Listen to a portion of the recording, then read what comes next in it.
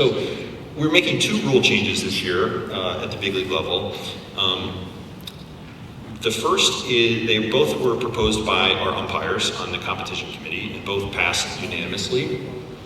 The first has to do with the penalty for violating the shift restriction rule. So last year and the year before, if a infielder that was positioned illegally, either too deep or on the wrong side of second base, fielded a batted ball, we would return the hitter to the plate and add a ball to the count.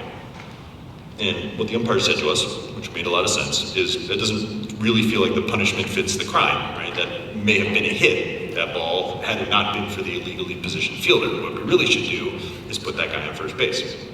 So we like that idea. Here's an example of a play like that, where, if the video plays, the shortstop is illegally positioned and then fields the ball.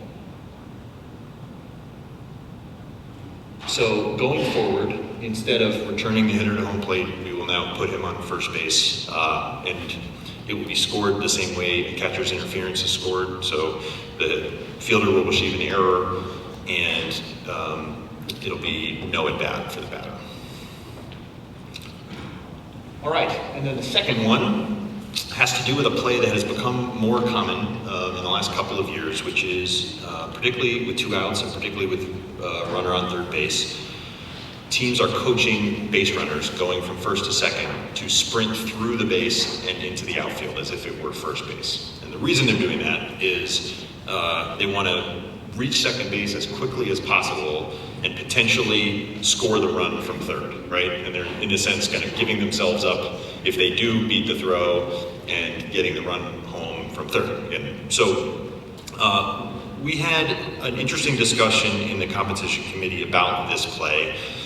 Both umpires and clubs raised some concerns with it. What we've decided to do in year one, which is probably the most conservative approach to this rule or this type of play, is to eliminate what was sort of a quirk related to instant replay. And bear with me, I'll explain this. So if the runner from first to second base is called out on the field and runs through second base and into the outfield, and then that play is challenged. So the safe out call is challenged at second base, and it's overturned to safe. The replay room can say, yes, you were safe at second base, but you gave yourself up by abandoning your effort to stay on second base or move to third, so you're out for abandonment after being safe at second base. Until this year, the replay room had to return you safely to second base if you beat the throw, because they didn't have the jurisdiction to return you to second base. So that, I think, is going to be a good change and a little bit of a disincentive to send that runner.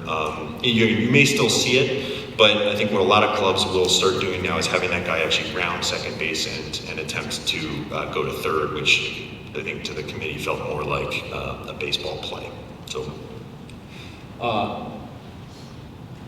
just here's an example of that type of play that I'm sure you all are familiar with. And that's it. So, happy to answer any other questions anybody has, but that's all I got. Any other questions on the items presented today? I had a feeling we wouldn't have any questions about the second section. Oh, okay.